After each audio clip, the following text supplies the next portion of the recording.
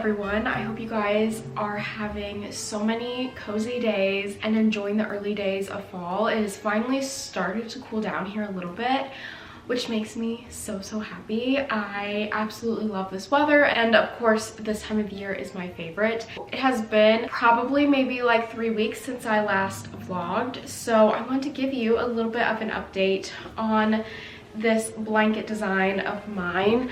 I know you guys kind of saw a little bit of a close-up of the stitch in an earlier clip, but oh my gosh, this looks so beautiful on camera.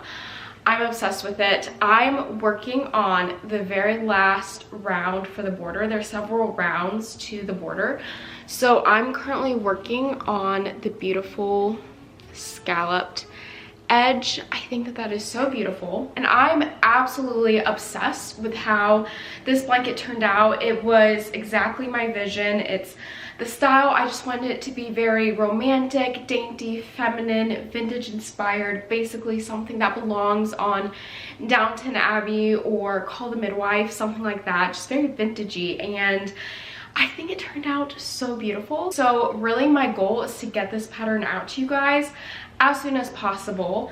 So I have the pattern pretty much written up. I just need to finish up a lot of the details for the pattern, as well as do everything else that is involved in releasing a pattern. So like the blog post, all of the marketing things like Ravelry, creating pins, doing an email, all of that stuff I still have to work on, but I'm pretty happy with what I've gotten done so far for this blanket. My goal today is finish up the scallop border. I need to weave in all of the ends.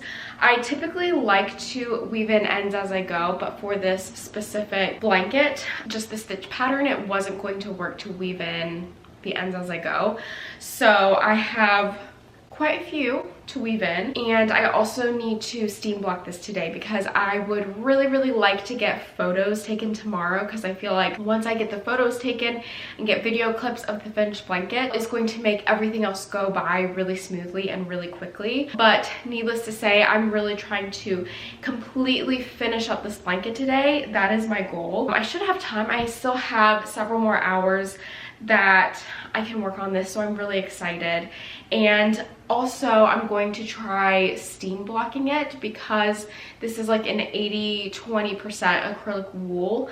I don't think wet blocking is going to work as well on it, as well as it's not going to dry in time by the time I'm going to get photos taken tomorrow. So we are going to try steam blocking this, which I've never steam blocked a crochet project before. I always wet block things, so I'm really curious and scared at the same time to see how it turns out. But overall, I'm really excited. I'm so happy to have this done.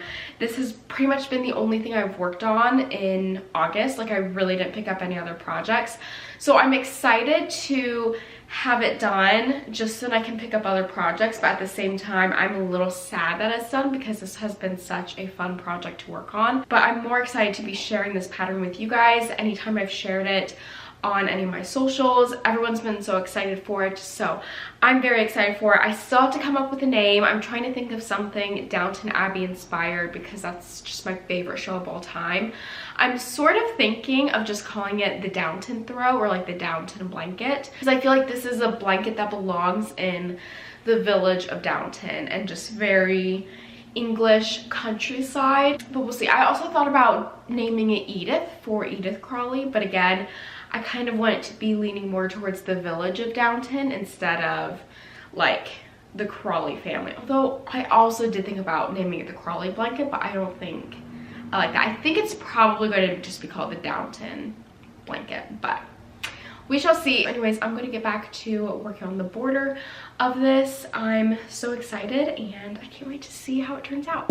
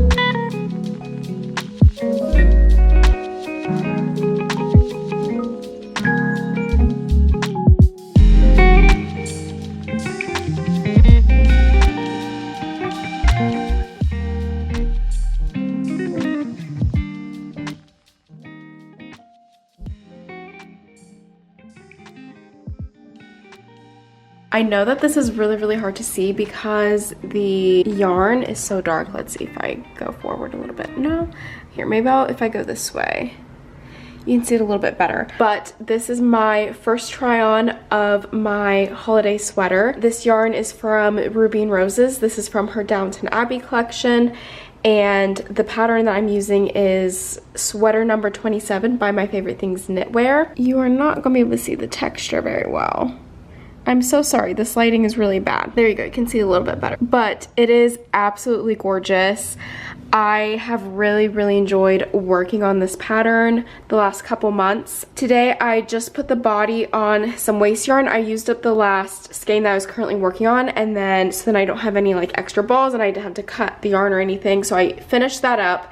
I put this body on waste yarn, and so now I'm gonna go back up and do the collar now, I think, and then I'll do both of the sleeves for two reasons. One, I like to do the collar and the sleeves before I finish the body because it just feels like more of an accomplishment, if that makes sense, to have everything else done, and then like when you cast off at the body, then you're like completely done with the project. Also, I think I should have enough yarn, hopefully, to do everything that I want to do to the sweater, but just to make sure that I have enough yarn to do everything, I want to do the sleeves and the collar first, and then I can use whatever yarn is left over and make the sweater as long as I'd like. So the good news is this does stretch quite a bit, so I have not blocked it, but once I block it, like already it's almost to my belly button, once I block it, like I think I could get like another solid few inches out of it. So that is where we're at with this fun little personal project. It's been so fun. I didn't work on it like at all in August because I was working on the throw blanket pattern, which is now out in the world. So now that that's done, I'm excited to put a little bit more attention back into the sweater. And yeah, I'm just having so much fun working on this project, and it's just been the perfect autumnal project.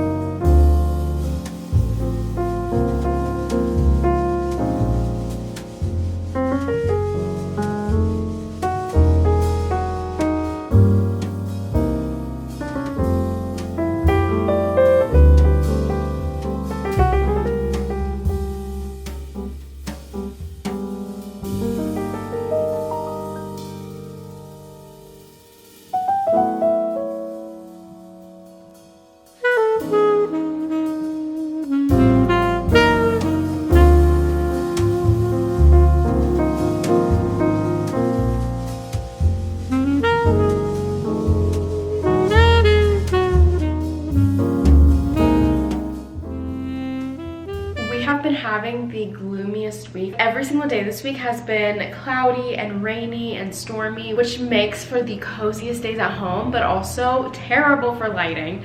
So I'm so sorry if this is really dark in here, but since you saw me work on the Grantham throw, I wanted to share an update on this lovely blanket and show you the finished blanket.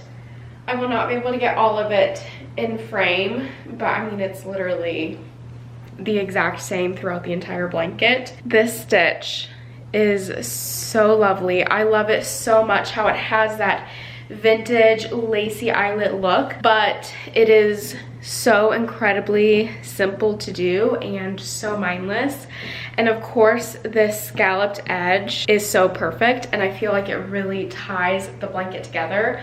I kept going back and forth on if I wanted to do a fancier border or if I wanted to keep it simple, and you could of course do just a simple single crochet border, but I really feel like this scalloped border was the right decision, and I feel like it just adds that really sweet, dainty little detail that just really completes the blanket. And I was inspired by my absolute favorite show of all time, Downton Abbey, with this blanket. I've been wanting to design a more vintage inspired throw blanket for a very long time, and this sort of just came together, and I was just thinking about Downton Abbey all the time while I was crocheting this. Someone on Instagram commented saying that this looks like the blanket that they put baby Sibby in when she's born, and I'm like, I love that so much. I went through a lot of name ideas related to Downton Abbey, and someone on Instagram suggested Grantham, and I love that. I felt like that was just very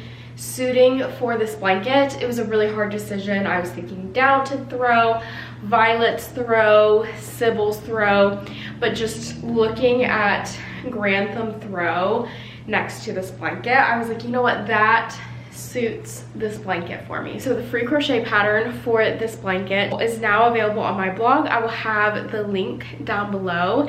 It is just the sweetest little throw blanket, and I love her so much, and I'm already blown away by the support on this blanket. You guys have really been loving this pattern, which makes me so happy, because this one was an easy pattern, but it was time consuming because of just crocheting all of it. Like, I feel like I was living this pattern for a month and a half. So I'm so incredibly happy with this blanket. I'm excited to use it. I love her so much, and I cannot wait to see all of your lovely Grantham throws on TikTok and Instagram.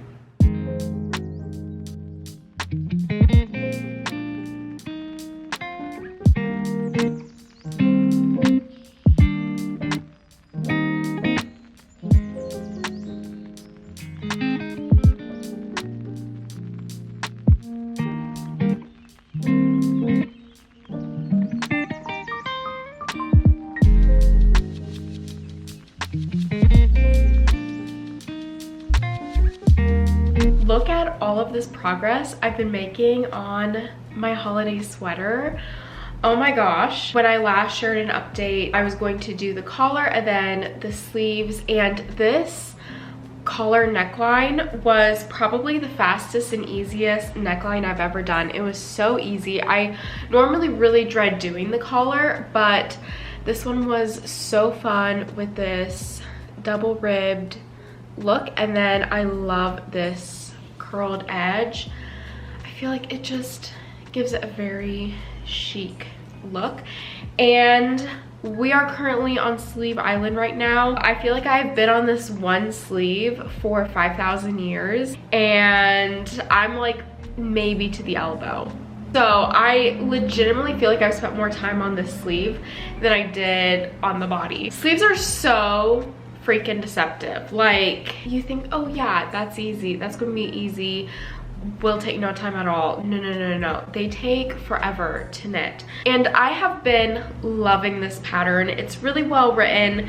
It's been pretty easy to follow, and I've just absolutely enjoyed it. The one area that I did get stuck in, that I went rogue in because I couldn't understand it, was the sleeves. And I feel like this has happened before with at least another pattern, where I did not understand what the instructions were for the decreasing on the sleeve, so I kind of just did my own thing. And same thing with this one. I read and reread the instructions multiple times for the sleeves, and I just could not understand what the designer was trying to say, and I couldn't figure out if I was starting the decreases like up here, or if I don't know. So basically I've just been doing a straight sleeve, and then I'm thinking probably once I get to the forearm area, then I will start doing some decreases.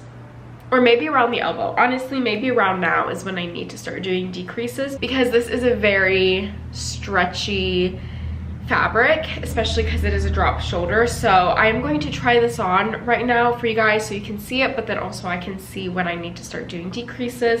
I'm also considering just keeping it a straight arm and then doing some rapid decreases. I don't think I like that idea. I don't think I want it to have this more balloon effect. I think I want it to be a more subtle decrease. I don't know. We'll see. But this is the progress right now, and I'm having so much fun with this project. It's just been the coziest project to work on this fall. The pattern is really easy to knit and really fun. I'm a texture girly through and through. I really need to get into doing more color work. Like, I have a ton of color work sweaters saved, but I love doing my texture knits. They are just so fun and so cozy. Let me try this on so you guys can see how it looks. Oh my gosh, this looks so good. Again, this is a very stretchy material, so it will block out quite a bit more. Like, already the body is like down here, and so the sleeves, they look like they're at the elbow, but in reality, if I block it out, it'll be more down there. Should probably start doing some decreases. I need to see in the pattern how she does them so that I can still try to follow her instructions, but it looks so good. It fits so well. I'm obsessed with this neckline. I did not do it as long as recommended in the pattern. I knew I wanted it a little bit shorter. I didn't want it to go up super high, and it is just the perfect little mock neck, turtleneck. I don't know which one it is, but it just fits so well. And I did a really loose cast off, so I have no problems getting this over my head, and it just looks so good, and it just looks so cozy and perfect for the holidays. Again, this texture is so good, you guys. It's so fun. You can probably see in the lighting that it's a little bit darker up here and it is lighter down here, and that is because I'm using hand-dyed yarns. Obviously, with any yarn, there will be inconsistencies between the dye lots and the skeins. Things happen, and that's totally fine. With hand-dyed yarn, there tends to be a little bit more inconsistency between skeins, and that has nothing to do with the yarn dyer. That's just the nature of yarn dyeing, and that is okay. It's not something that I'm going to be mad about. So anyways, this is just the difference in skeins.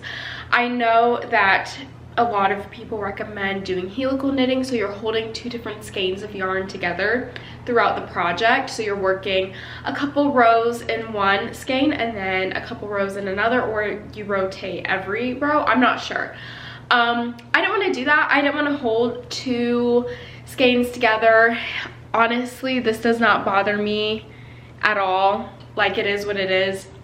There's already imperfections in this sweater that I'm not going to get upset about, just a slight shade difference. I think it's not insanely, I mean, it looks noticeable, but in person it really doesn't bother me, so I feel like that's all that matters. But I thought I would just explain that really quickly so you're not like, why is there two different colors in that? But overall, I'm so happy with how this sweater is turning out. I'm hoping in the next week or two I can finish up this sleeve and then start the other sleeve, and then I can just have the coziest sweater to wear all holiday season.